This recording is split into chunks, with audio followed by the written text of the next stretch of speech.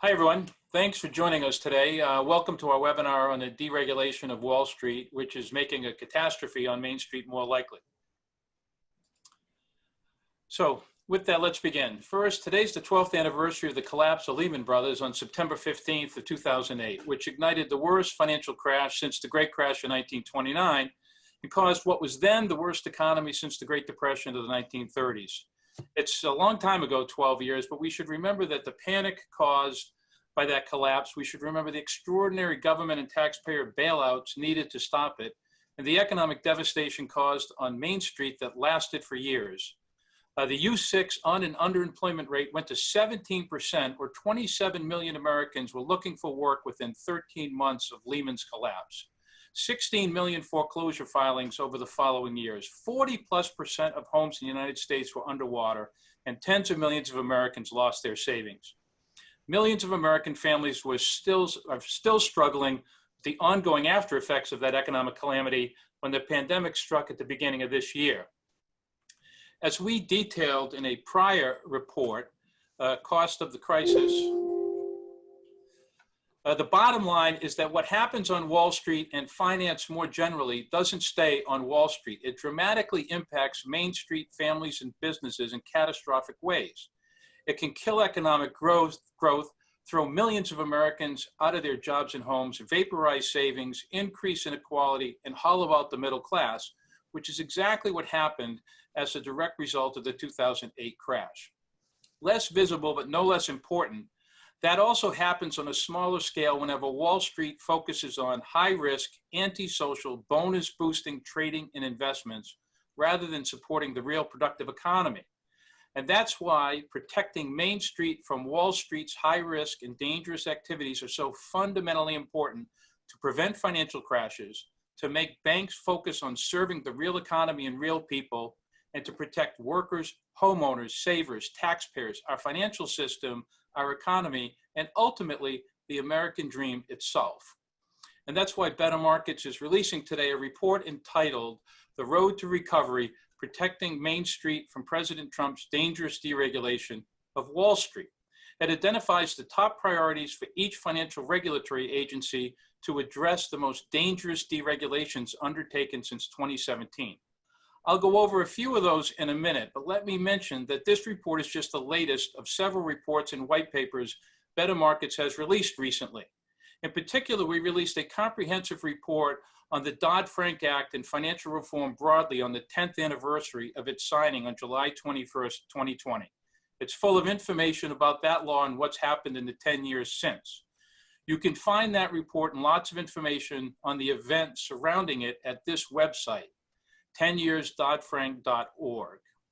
We also recently released a white paper detailing why there have been no financial crashes yet during the pandemic due to these Dodd-Frank Act reforms, which I think you'll find interesting as well. With that as the background for the report we're releasing today, that is the background. So let's discuss the biggest deregulatory actions of the financial regulatory agencies, what they were, why they're important, and what must be done to fix that. Let's start with the Federal Reserve and what should be its priorities. Don't worry, I'm not reading or reviewing all of this. I'm going to just mention one. Capital. The capital of a bank is all that stands between a failing bank and a taxpayer bailout. That's because capital is supposed to absorb the losses from the bank's activities, and if they don't have enough capital, the bank fails. However, if the bank's big enough, like all the banks on Wall Street, then the failure could collapse the financial system and the economy. And that's why they aren't allowed to fail, and that's why they got bailed out like they did in 2008. That's why they're also called too big to fail. One key way to end that is to make sure that they have enough capital to absorb their own losses without sticking their hands in the taxpayer pockets to get bailed out. But over the last 3 years, the Federal Reserve have reduced the quantity and quality of capital at the banks, and that must be reversed. Now to the Securities and Exchange Commission. The SEC exists to protect investors, but it has left them behind over the last 3 years as it protects industry profits first. You can see that in the refusal to enact a uniform fiduciary duty rule, so that brokers are required to always put their clients' interest first regarding their clients' own money, Think about that. We need a rule so that they'll put their client's interest first about their client's money. Too often these brokers are no more than salesmen pitching products that enrich themselves at the expense of their clients. That should clearly and always be against the law, which is why a fiduciary duty is required. Let's jump to the Commodities Futures Trading Commission. Most people aren't aware of and don't understand derivatives or commodities, but there are hundreds of trillions of dollars of transactions every year that impact literally every single American. And not just because derivatives were at the core of igniting and spreading the 2008 crash. And not just because they are, as Warren Buffett said, weapons of mass financial destruction, but also because they impact the prices of cereal, bread, gas, and most essentials for daily life, as well as the rates on most loans and financial products, and even the rate you pay for foreign exchange if you travel overseas or if you buy any products from overseas. All of those are impacted dramatically by derivatives and commodity regulation. And that's why what the CFTC does impacts everyone and why it's mandated to properly regulate commodities and derivatives markets. But they haven't been doing that. In fact, one of the worst things they're doing is to outsource the protection of Americans to foreign regulators who have a miserable, unbroken record of failing to protect their own citizens. And they have a conflict of interest that incentivizes them not to protect US citizens. This is called cross-border regulation, which the CFTC has proposed not to regulate hardly at all. And that's one of the big things that needs to be changed soon. Let's jump to the CFPB for a minute. The Consumer Financial Protection Bureau gets a lot of attention. Frankly, from the beginning of the Trump administration, it has been committed to transforming the Consumer Financial Protection Bureau into the Predator Protection Bureau.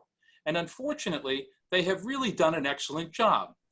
Just a quick example, they eliminated the underwriting requirement for payday lenders. A loan is typically understood to be something that is supposed to be repaid, and real lenders spend time making sure that a borrower can repay the loan. That's called underwriting. Payday lenders were required to do that, but they didn't want to because studies show that at the time they give the loan to 2/3 of the people getting a payday loan, they couldn't repay that loan. But that's their business model. They didn't want to be repaid. They want to give loans to people who cannot repay them so that they can roll over the loans endlessly and charge fees and otherwise make money off the poorest, most vulnerable people in the country often. I call it a debtor's prison without bars. Others call it a debt trap. Whatever it's called, it's just wrong, and it's past time for the CFTC to change that rule. Now let's go to the FDIC. And I'm running out of time, so I'm only going to mention that the FDIC has also been on the side of predators, not consumers. It is right now in the process of authorizing what are called rent-a-bank schemes that will allow, yes, payday lenders and debt collectors to evade important state consumer protection laws and prey on borrowers. Now, jumping to the Office of the Comptroller of the Currency. Sadly, the OCC is doing the same thing by trying to gut what it's calling the true lender rule, which will enable predatory lending all over the place. And of course, you got to love this. The OCC is also the agency that proposed actually finalized the rule to change the Community Reinvestment Act that was so bad, it couldn't even get its fellow Trump regulators to go along with it. And that's actually good news. Finally, but importantly, we have an appendix at the end of the report that is a chronological list of many of the deregulatory rulemakings undertaken by the financial regulatory agencies during the Trump administration, with links to better markets related comment letters. It's a pretty good resource for those of you who are interested in the entire universe of rulemakings or want to see what's going on more in depth. That, very quickly, is what's in the report we're releasing today. And we hope you read it and find it useful.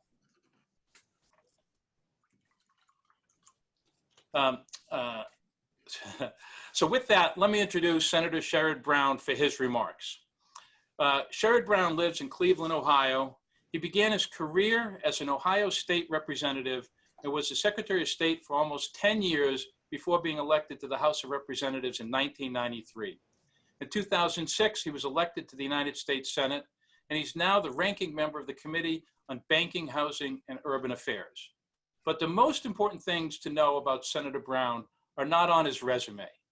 It's that he never forgets where he came from, why he's here in Washington, and who he's fighting for.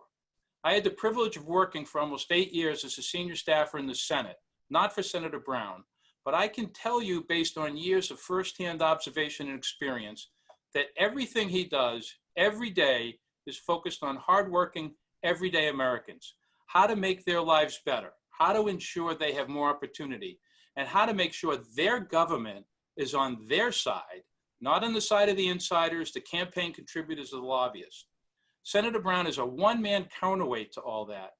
His relentless focus and energy are based on his beliefs that everyone should have the most opportunity to make the most of their lives as they see fit, and that hard work should pay off for everyone, no matter who you are, where you live, or what kind of work you do. Senator Brown may physically leave Cleveland and Ohio from time to time, but the Main Street families, towns, and cities of Ohio never leave the front of his mind, no matter where he is, who he's meeting with, or all the pomp and circumstance that too often distract too many others in this town. None of that has any impact on Sherrod Brown, his beliefs, values, and work ethic. Ohio and the country are very fortunate to have Sherrod Brown in the United States Senate, and we're fortunate to have him with us today to offer remarks and answer some questions. And with that, I turn it over to Senator Brown. Yes, thank you. Thanks for such kind words, and thank you for the career you've had, always advocating when we worked together, when you were working in the Senate. You were always someone we could look to that always fought for the right things and was just always solid and always gave good advice. And thank you for what you do with Better Markets. I think this report shows the importance of better markets in this town, to keep the Senate Banking, Housing, and Urban Affairs Committee honest, to keep the Senate honest generally. It's so important that more of us understand that, more of us read that, more of us spend time with Dennis and Better Markets. So thank you for the importance of your work. As you detail so well in this report, if Joe Biden wins in November, if Democrats take back the Senate, we have a lot of work to do to undo the damage that Trump and his regulators, or his deregulators, a better word, have done to our financial system. From rolling back, as you, I liked how you went through many of the different regulators in the offices, from rolling back the CFPB's anti-arbitration rule and its payday lending rule, to allowing banks to do more risky trading activities with insufficient capital, as you pointed out, like they did before the 2008 crisis, to gutting the stress tests and letting Wall Street pay out dividends while our economy is on the brink. Just look at the unemployment numbers. We have a lot of work to do to help families recover from the financial crisis and from the coronavirus. But while that is really, really, really important, and this Better Markets report, white paper, really shows that, we of course have to fix those things. But I want to encourage us to think beyond just restoring Wall Street reform to where it was 10 years ago. We passed Dodd-Frank to prevent another crisis, but preventing a financial crisis should just be the bare minimum. We should aim higher than just trying to prevent economic catastrophe. We want the economy to actually work for workers and their families. But do we really think that the last 10 years is the best we can do? Even before the current crisis, as you know, corporate profits were up, stock prices soared, executive compensation exploded, productivity of workers went up dramatically, but wages were just largely flat. Corporations don't pay the workers we call essential a living wage. They don't give them paid sick days or paid family leave. They don't provide them help for their retirement. More than a quarter of renters, this is before the pandemic, more than a quarter renters paid more than half their income in rent and utilities. One bad thing happens in their home, in their life. One thing, broken down car, sick child, they miss a few days of work because of a minor injury, and their lives are turned upside down. Not to even mention the ratio of CEO pay to worker pay. When Dennis and I were kids, the ratio was 25, 30, 35 to 1. Now it's 10 times that ratio. This is not an inevitable result of capitalism. It's by Wall Street's explicit design. When companies raise wages, Wall Street punishes them. When companies lay off workers, Wall Street too often rewards them. And what do corporations do with their profits? They're not reinvesting in their workers. They do stock buybacks. They lobby Congress for more tax cuts. They plow it into campaign spending to defeat anyone who happens to disagree with them about that. We have to end the Wall Street business model that only measures the economy in quarterly earnings reports and treat workers as expendable. It's not a coincidence that so often it's Black workers and brown workers getting exploited the most by these corporations. A woman, a grocery store worker in Southwest Ohio said to me one day, they call me essential, but we know we're expendable because they don't pay us much and they don't protect us on the job.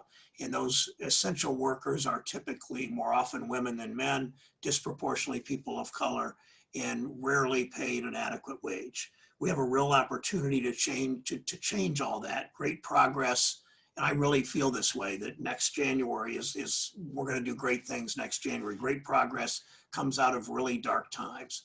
Government has no problem intervening in the economy to save corporations and the mostly white men who run them. We need to have the same willingness to step in to actually make the system work for everyone.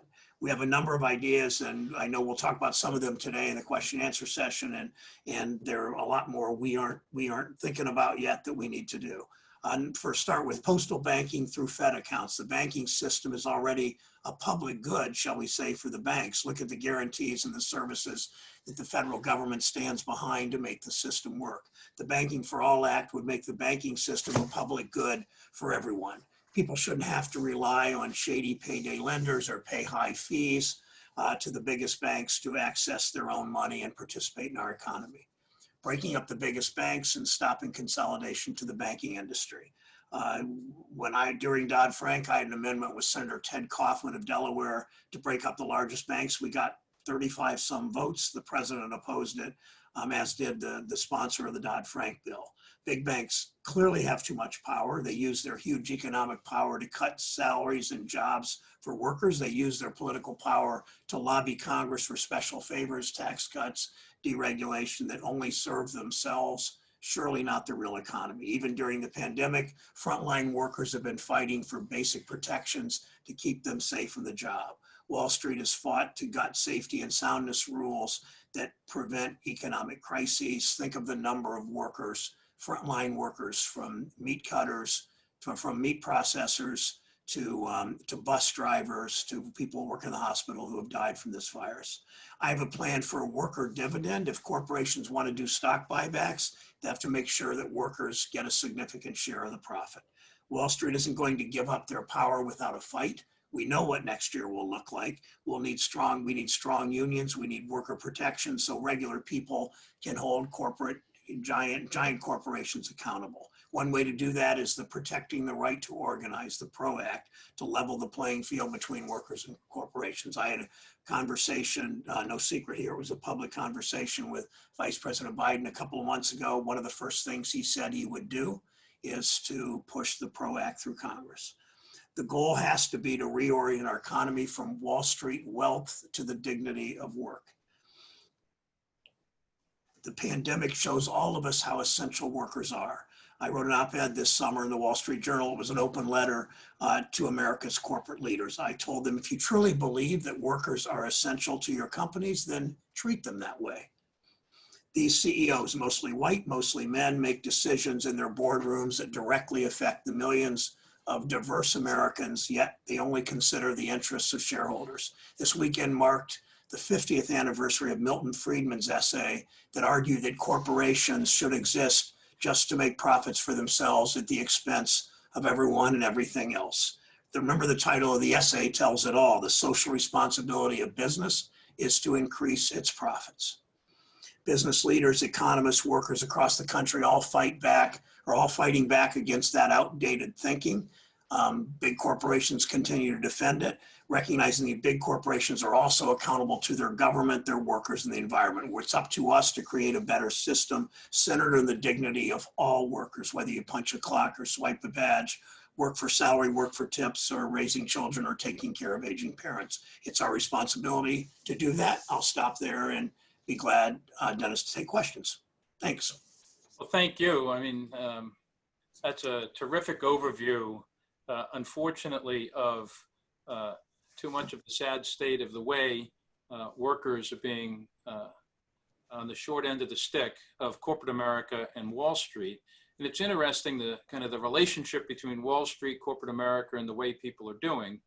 And for example, the reference to incentivizing stock buybacks and incentivizing CEO pay, and incentivizing literally making profits off of laying off workers. So big issues there, and they're going to be a big part of the campaign, and they're being discussed among the candidates now.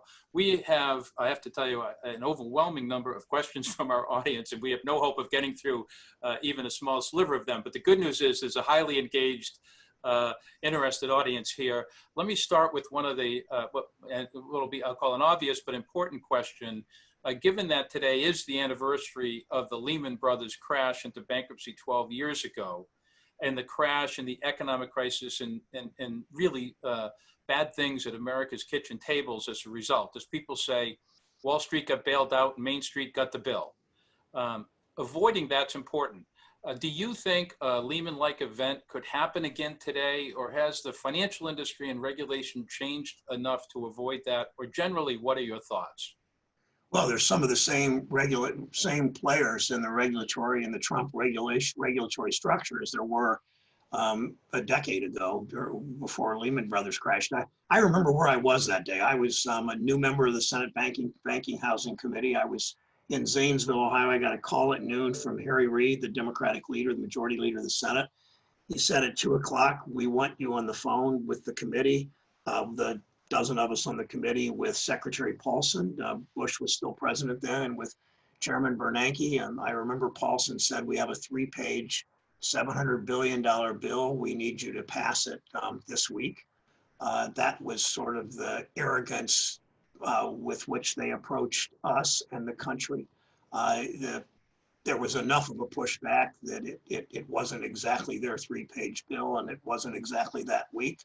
But we know what happened. But the answer is, could this happen again?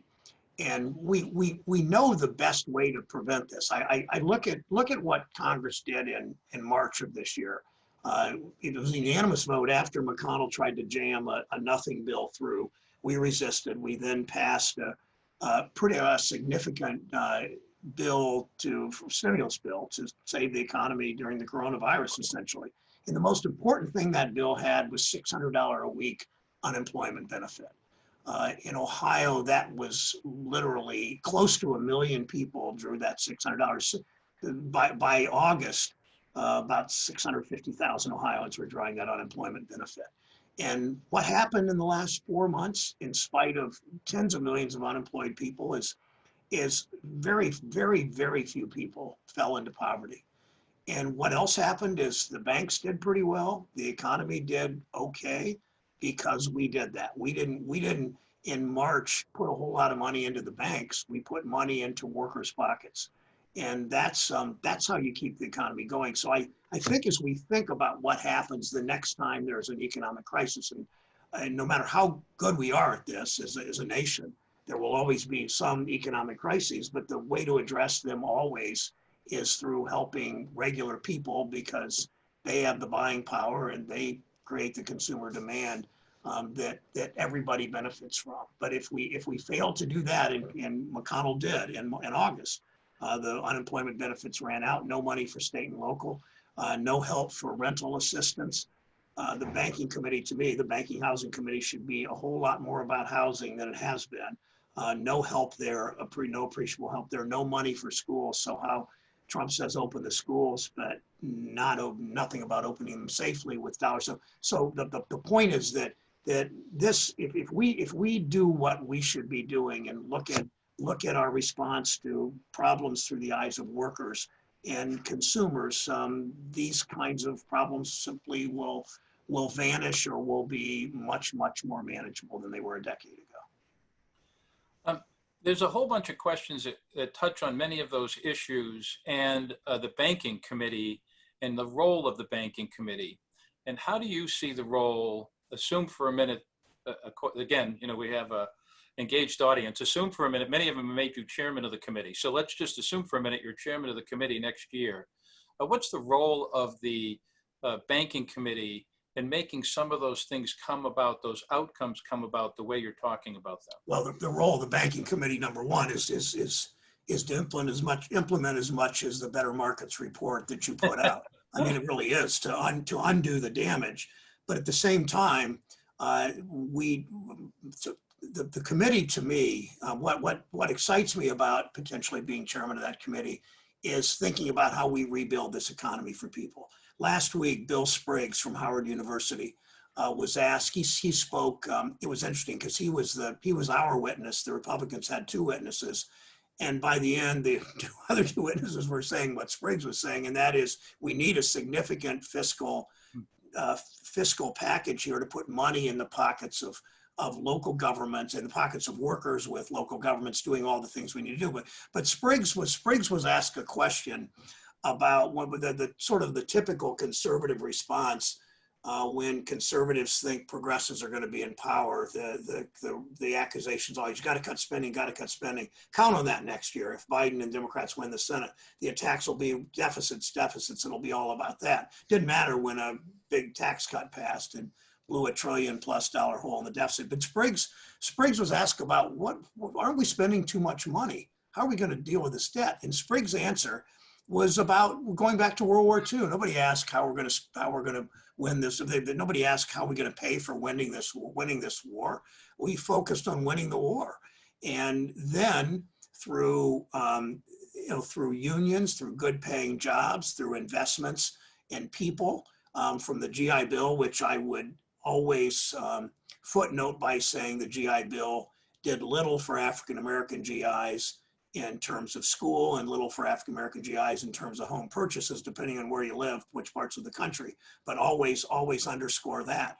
But it really made, the post-World War II days, we did it right. And so I see the banking committee as a place to begin to kind of claw back where we need to be as a country, and to get our economy going. And it's a lot of things in the Senate and the House and among the American people. But I start with that, real emphasis on housing. I go back to one quarter, as I said earlier, 1/4 of Americans who rent spend more than half their income on housing, and I think half of them spend 1/3 or more.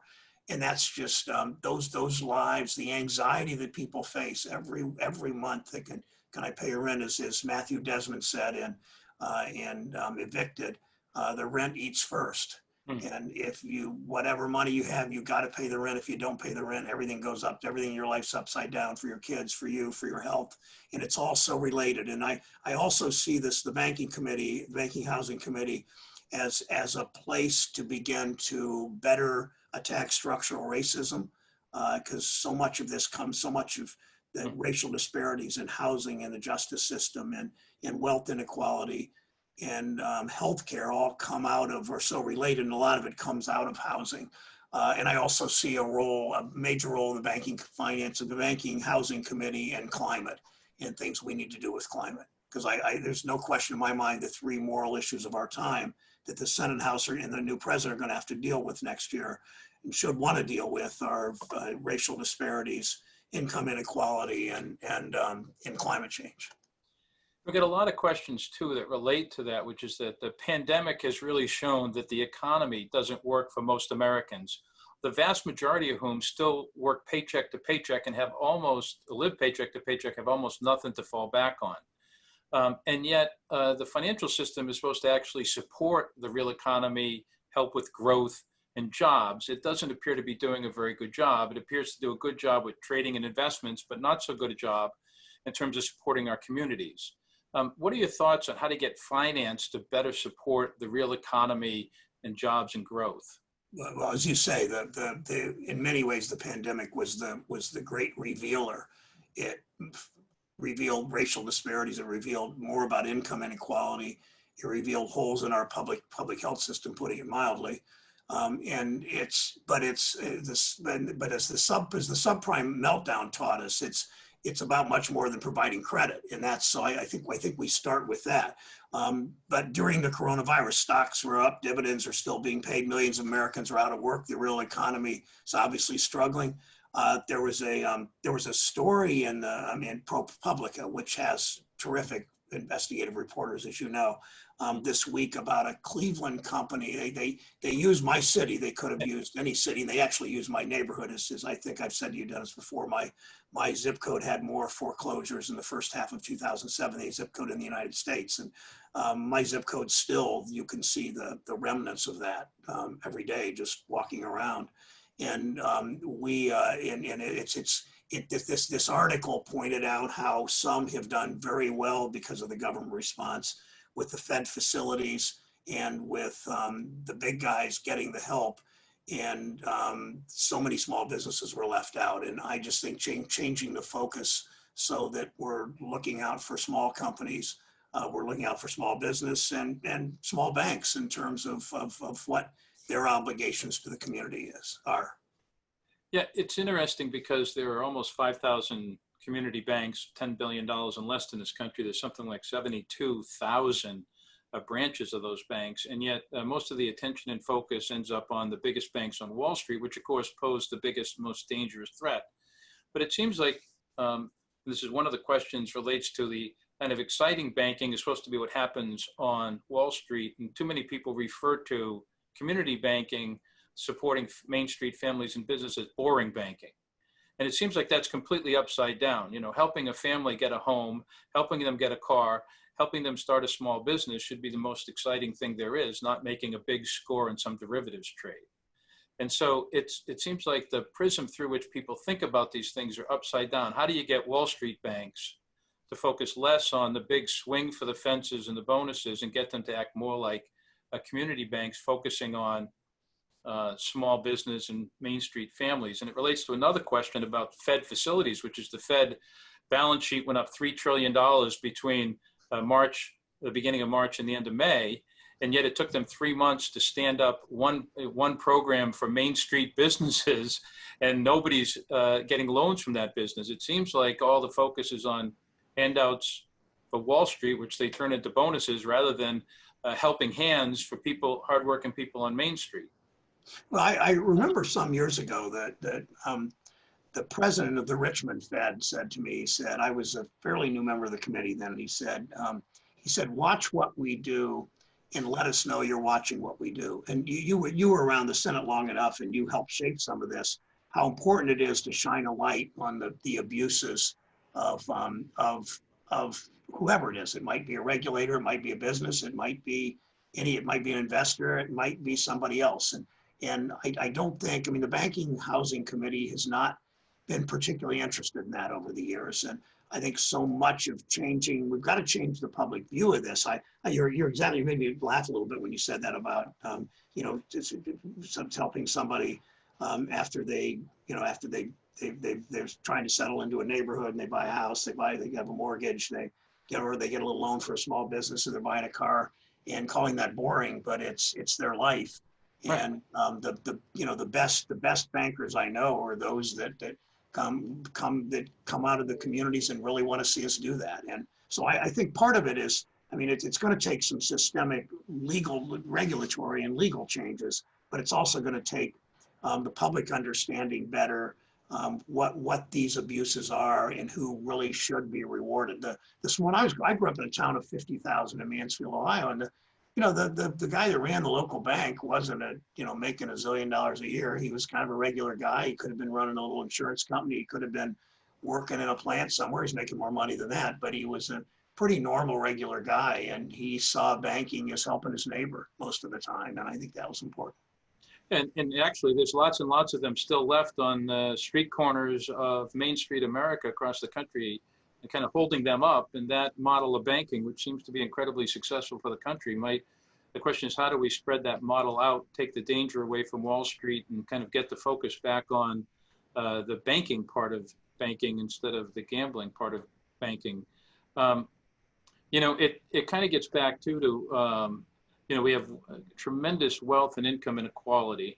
And it seems like there's a shift of that. And you talked about this in your remarks, that's getting worse and worse by the day, which seems to be facilitated by this upside down view of what they call shareholders versus stakeholders, the Milton Friedman view.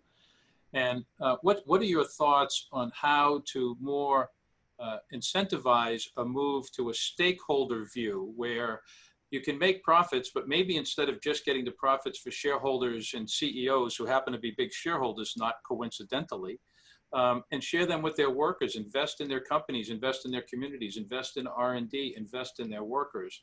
How does that how can the banking committee push more companies in the direction of stakeholder capitalism instead of, narrowly speaking, shareholder capitalism?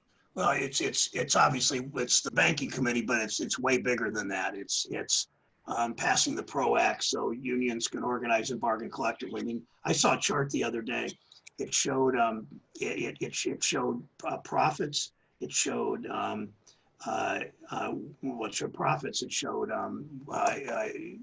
productivity, and it didn't even have CEO pay, but it products and productivity and profits, and then workers' wages were just flat. So companies are doing better and better, executives are doing better and better, and workers' wages are flat. So a big part of that is a fairer tax system, to be sure. It's also the ability to organize and bargain collectively. It's also the kind of oversight we need to do for companies that are doing what they're doing to their workers. It's our worker dividend bill. If you're going to do buybacks and dividends, that your workers get some part of that to bring up that. It will also bring down the dividend payouts a little bit, or the profit to stockholders, but it will share the wealth that those workers have produced for the company. I mean, I think all of that coming out of the issues of dignity, of the whole construct of the dignity of work, says to me that the country will begin to think differently about this, and that money going to the richest one. I mean, the fact that the Congress, that Trump could push through a tax bill when the wealthy were already doing well, to lower the corporate tax rate as much as he did, to lower, to reward the richest people in the country, where 1% of the benefits, or the 70% of the benefits of this tax bill went to the richest 1%, tells you a whole lot about the corruption in this town, in the power of the wrong people. And frankly, that there wasn't more outrage in the country that the richest people were getting that much richer after a generation of that. So our work is cut out for us. I think I've got to run to the Senate floor and vote. So I think we have to conclude, and I apologize because I know you have like 22 more questions. Yeah, we certainly don't have enough time to go through them all, but, and I know you've got a vote, you've got a series of votes going, but let me just ask one last quick question, sure, which is, we know how important the work of the banking committee is, but most people's eyes kind of glaze over when they start talking about banking regulation. And of course, the financiers in Wall Street use that created complexity as an intimidation tool. Have you thought about how to engage more people to support what you're doing, to get them engaged in the process, either on the local or the national level, kind of help be additional counterweight to push for the right policies that help Main Street, rather than Wall Street, which, as you know, has an army of lobbyists outside every door every day here? Yeah, I've thought a lot about that. I don't have the answers to that. I think that, I mean, I look at your report, and your report explains a lot of these issues in understandable terms. I remember when I got on that committee a dozen years ago, and all these, well, and particularly that time, because all these terms during the Bush implosion of the housing market, of our financial system and housing market, all these new words were new to a lot of the country, and they were pretty new to me. And one of the things that we've got to do is, like your report does, explain better to people what this is all about and why this matters, and that banking being boring can be a good thing because it helps Main Street, it helps people's families. And we've got to figure out how to do that better than we have. Well, look, thank you very much. I really appreciate you joining us. Thank you for your service, and Godspeed on your mission of the bank. We'll do it again, and thanks for what Better Markets is doing. Thanks, everybody, for joining us. See you. Thank you. Bye-bye. With that, we are going to conclude our program. As you said, unfortunately, the Senate, in its infinite wisdom, scheduled a series of back-to-back votes starting at 2:15 today. I don't know if Wall Street's lobbyists had anything to do with that to try and truncate our webinar or not. It wouldn't surprise me either that they thought of that or that they had unfortunately, the power and ability to do that. As Senator Dick Durbin from Illinois said in 2009, 2010, never underestimate the power and influence and access of the financial industry. And that's why it's so important. I ended with the last question to Senator Brown about how to engage more people. We need more people who are not Wall Street lobbyists engaged in the process. And one of the things we try and do at Better Markets here is make these issues accessible and understandable. And one of the objectives of this report was to talk about these key issues in a way that people can understand them, that they relate to simple things like literally the cost of your bread and your cereal when you go to the store. That's what's involved when the Commodity Futures Trading Commission enacts rules. And predators literally around every corner are taking advantage of financial consumers, whether it's a checking account, a banking account, a credit card, or a debit card, need to be policed. And the Consumer Financial Protection Bureau is not doing that. The Banking Committee, with its broad authority for oversight, can hold some accountability to the industry and the regulators, and they need the support of people who are on the side of Main Street, hardworking families and businesses.